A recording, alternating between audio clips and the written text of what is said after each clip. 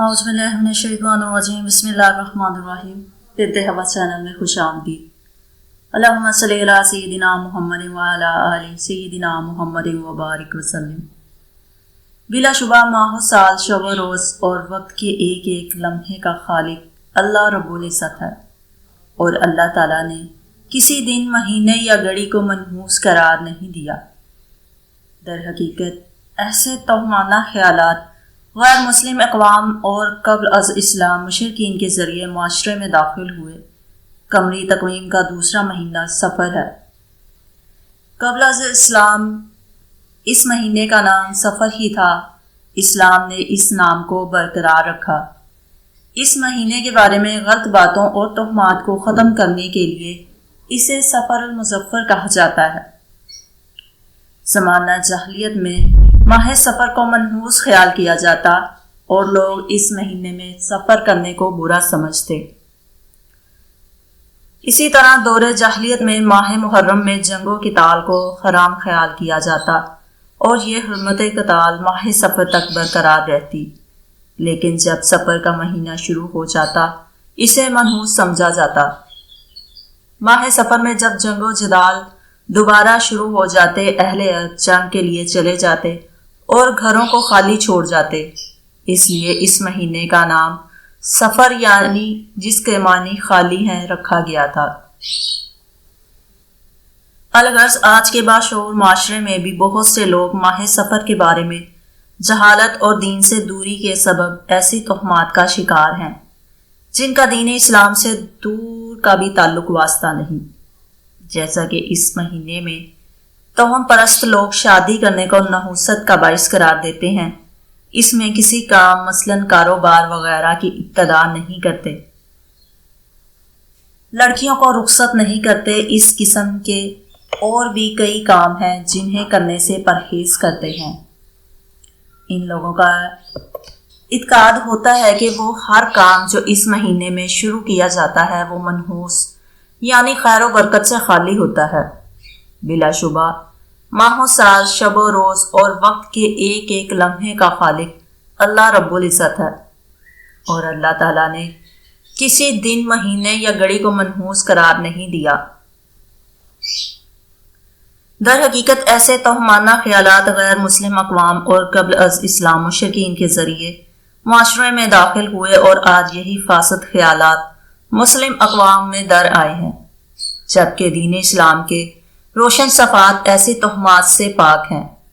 کسی وقت کو منحوس سمجھنے کی اسلام میں کوئی گنجائش نہیں، بلکہ کسی دن یا کسی مہینے کو منحوس کہنا در حقیقت اللہ رب العزت کے بنائے ہوئے زمانے میں جو شب و روز پر مشتمل ہے ناقص اور عیب لگانے کے مترادف ہے۔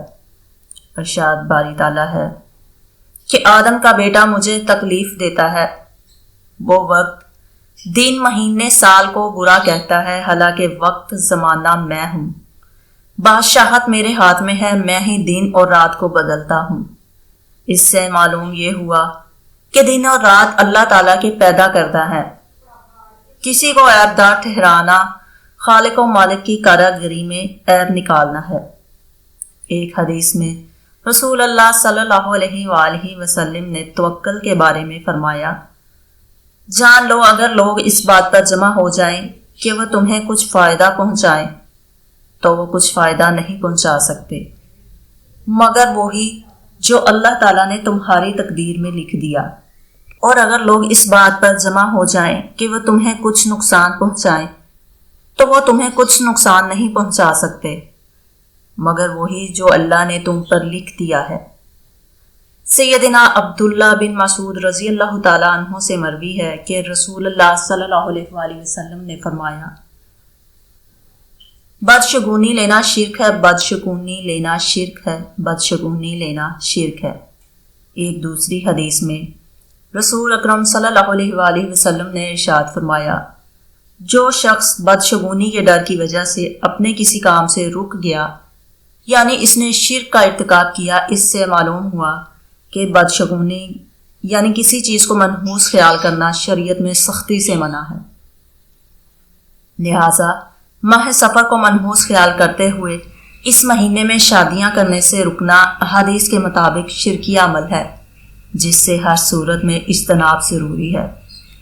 بعض خواتین و حضرات سفر المظفر کے آخری بدھ کو عید کی طرح خوشیاں مناتے ہیں، جس کی وجہ یہ بیان کی جاتی ہے کہ جناب نبی کریم صلی اللہ علیہ وآلہ وسلم آخری بدھ میں صحت یاب ہوئے تھے اور سیر و تفریح کے لیے باہر تشریف لے گئے تھے۔ حالانکہ اس دعوے کی اصل نہ حدیث میں ہے، نہ ہی تاریخ کی کتابوں میں موجود ہے۔ برِ صغیر میں ماہ سفر کو 13 تیزی کا مہینہ بھی کہا جاتا ہے۔ ایسا کہنے والوں کا گمان یہ خیال ہے کہ اس ماہ کے پہلے 13 دن منحوس ہوتے ہیں۔ ان دنوں میں جادوگر، جنات اور بدروحیں کھلے عام آفات مچاتی ہیں اور کام بگاڑتی ہیں۔ ایک کہاوت یہ بھی بنائی گئی ہے کہ ان دنوں میں کوئی بیماری ہو جائے تو وہ مریض مشکل سے بچتا ہے، یا اس ماہ میں لگنے والی بیماری مہلک یا شدید ثابت ہوتی ہے۔ جبکہ یہ سب باتیں عوام میں پھیلا دی گئی ہیں جو کہ محض تہمات اور گڑی ہوئی باتیں ہیں، لغویات اور بدعت ہیں اور دین حنیف میں اضافہ ہیں۔ شریعت میں ان کا کوئی جواز نہیں۔ اسلام ایک مکمل ضابطہ حیات ہے جو ضلالت و جہالت سے مبرادر دلائل و براہین سے آراستہ ہے۔ اسلام کے تمام احکام پایہ تکمیل کو پہنچ چکے ہیں اور اس دین مبین میں خرافات و بدعات کے لیے کوئی جگہ نہیں۔ اب کوئی نام نہاد عالم دین، مفتی یا محدث ایسا نہیں جو اس دین مبین اور صاف و شفاف چشمے میں بدعت اور خرافات کا زہر ملائے۔ لیکن افسوس ہے کہ شیاطین اور اس کے پیروکاروں نے اس دین صافی کو ضلالت و جہالت سے غلط ملت کرنے اور خرافات سے داغدار کرنے میں کوئی کسر نہیں چھوڑی۔ دین اسلام نے انسان کی ہر سطح پر کامل رہنمائی کی ہے۔ اللہ تعالیٰ کی ذات پر ایمان، اعتقاد اور تقول کا تقاضا یہ ہے کہ سب کچھ اسی سے ہونے کا یقین انسان کے قلب و ذہن میں راسخ ہو۔ کسی شے کے بارے میں بد فعلی، نحوست اور توہم پرستی کا نظریہ در حقیقت ایک غیر اسلامی سوچ اور اسلامی تعلیمات کے سراسر منافی عمل ہے۔ ہمیں یاد رکھنا چاہیے کہ ہم اپنے خالق و مالک اللہ کریم کو اس صورت میں راضی کر سکتے ہیں کہ جب ہم اس کے ارشادات اور تعلیمات کی پابندی پیروی کریں اور شریعت و سنت کے مقابلے میں اپنی نفسانی خواہشات اور توہمات کو کبھی ترجیح نہ دیں۔ جی ناظرین، یہ تھی آج کی ویڈیو۔ اگر آپ کو پسند آئی ہو تو اسے ضرور لائک کریں، اور اگر چینل پہ نئے ہیں تو اس چینل کو سبسکرائب کریں۔